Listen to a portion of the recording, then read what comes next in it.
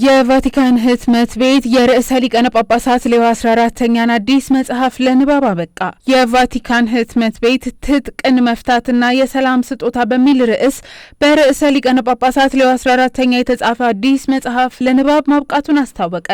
በጋዜጠኛ አሌክሳንድሮ ባንፊ አዘጋጅነት የቀረበው ይህ መጽሐፍ ርዕሰ ሊቃነ ጳጳሳት ሌዮ 14ኛ ግንቦት 3 ቀን 2017 ዓ.ም ከተመረጡበት ጊዜ ጀምሮ ስለ ሰላም ያስተላለፏቸውን ንግግሮች አጣምሮ የያዘ ሲሆን በጣሊያንኛ ቋንቋ ለገበያ የቀረበውና በቅርቡም በእንግሊዝኛ ትርጉም የሚወጣው ይህ መጽሐፍ ቀደም ሲል ያልታተመ የርዕሰ ሊቃነ ጳጳሳቱ አዲስ ጽሑፍ በመግቢያነት ተካቶበታል።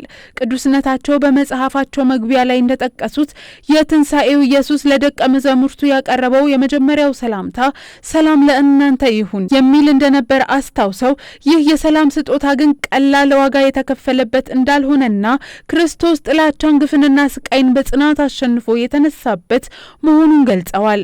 በአሁኑ ወቅት በዓለም ላይ ያሉ ግጭቶችን የዳሰሱት ርዕሰ ሊቃነ ጳጳሳቱ በአሁኑ ሰዓት ከ103 በላይ አገራት በተለያየ ደረጃ በጦርነት ውስጥ እንደሚገኙ ጠቁመዋል።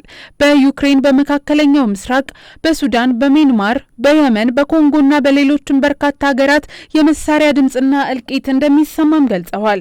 ርዕሰ ሊቃነ ጳጳሳት ሌዮ 14ኛ ሰላም የሁሉም ሰው ኃላፊነት መሆኑን አጽንኦት ሰጥተው ከዓለም ሀያላን መሪዎች ሰላምን ከመጠየቃችን በፊት ቅድሚያ በዕለት ተዕለት ህይወታችን፣ በቤተሰባችን፣ በስራ ቦታችንና በከተማችን ሰላምን መኖር መጀመር አለብን ብለዋል።